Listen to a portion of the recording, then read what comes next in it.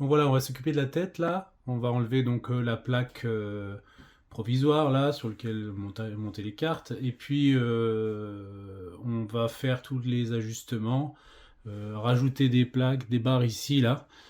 Pour tenir donc l'écran et puis la back glass, donc la plaque décorative qui va être rétroéclairée. Allez, c'est parti. Intégration de l'écran, donc j'ai laissé le film protecteur hein, pour l'enlever au dernier moment. Donc j'ai fait comme ça, donc j'ai utilisé de la cornière alu que j'ai découpée, on peut le voir ici. Donc là j'ai vissé en fait des planches de bois. Voilà. Donc en gros c'est un sandwich. Hein. Là, donc l'écran est ici, donc là ici il est mis en pression hein, pour pas qu'il bouge. Et puis donc on a toute la carte de pilotage. Voilà, avec les réglages ici de l'écran. Et sur la partie haute, là, j'ai mis deux cornières. Donc on peut voir, une dans un sens et une dans l'autre. Enfin, les deux dans le même sens, pardon, mais décalées. Pour qu'on puisse après avoir... ça ici, c'est ce qui va tenir, c'est le profilé qui tient la plaque décorative. Et puis après, ça va venir se manchonner dessus. Donc voilà l'écran. Donc je vais l'intégrer. Hein. Donc il va venir se positionner ici. Donc là il va me falloir mettre des cornières de chaque côté. Il est un petit peu plus étroit que la largeur de la boîte, donc c'est parfait, parce que du coup les cornières vont être fixées par l'intérieur. Voilà, ça fera un rappel de l'alu du pourtour, donc ça fera la fin du pourtour. Et puis sur la partie haute, là il faut que je mette un guide postérieur qui va longer jusqu'en haut, et puis après un système au-dessus pour que, en fait, après, c'est là, ici, ça, là, ce profilé qui est là, hop, et bien, vient tenir ma glace, ma vitre, et donc après, pour l'enlever, il faudra soulever le système et la sortir par le bas.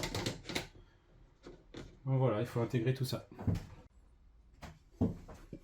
Donc ici, j'ai pris une cote par rapport à l'avant, hein. Je me laisse un petit 5 mm de marge par rapport à l'affleurant hein, pour que ce soit propre. Et puis donc, après j'ai mesuré donc cette cote là que j'ai reproduit là-haut pour avoir ma barre qui est bien droite.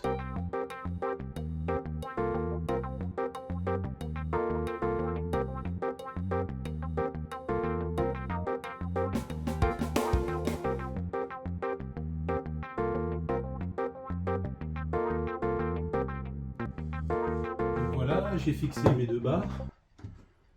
Maintenant je place mon écran.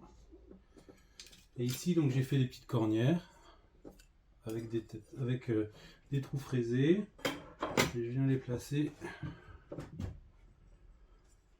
là où elles vont être.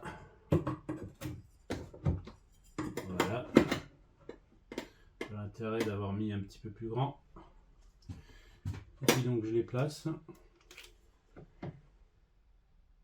Et je trace. Voilà, donc les cornières sont fixées.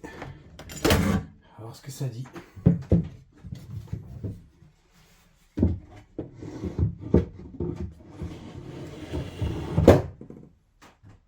Et voilà, c'est bien. Je suis content. Belle intégration. Un peu de jeu, mais c'est ce qu'il faut. Donc voilà l'intégration de l'écran. On peut le voir ici.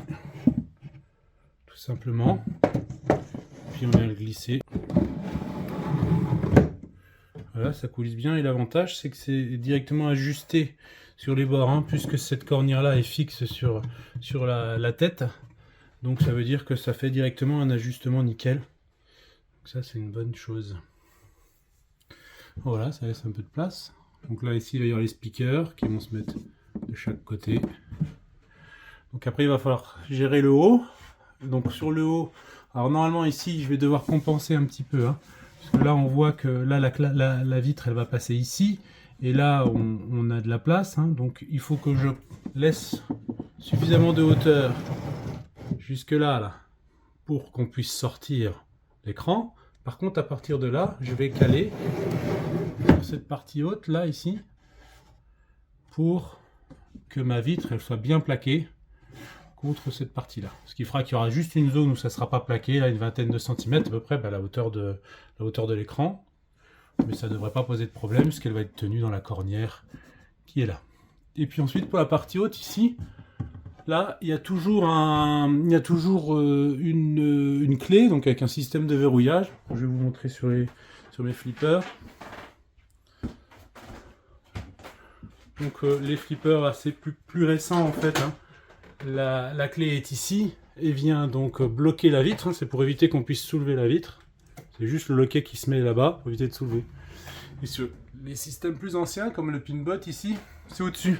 C'est le même principe, hein. Et donc du coup voilà, je vais partir sur cette solution là qui pour moi est plus simple. Comme vous voyez ici, il va falloir que je l'incruste un petit peu dedans en épaisseur.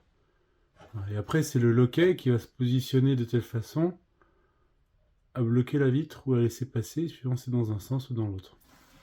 Donc je vais d'abord repérer le milieu ici. Je vais mettre mon système dans l'axe de cette barre là, qui est la barre postérieure. Et puis voilà, je vais percer, mesurer, percer, et puis installer ça.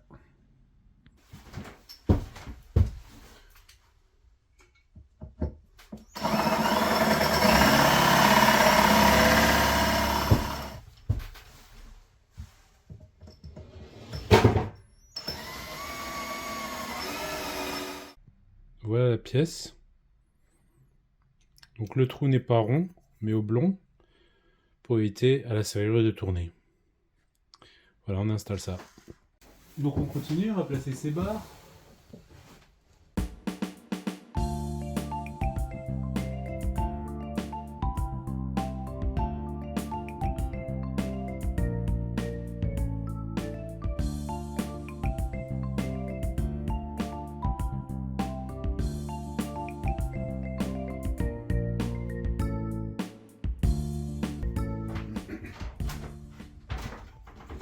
J'ai coupé une plaque transparente provisoire.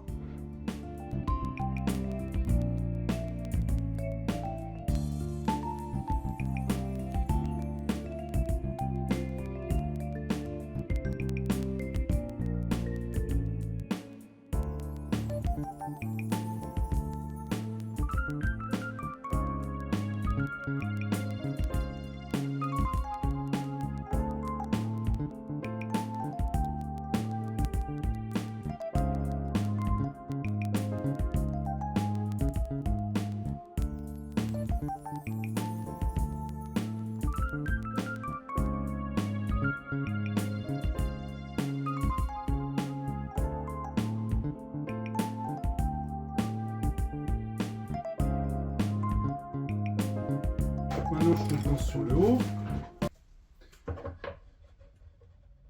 Et pour la mise en place,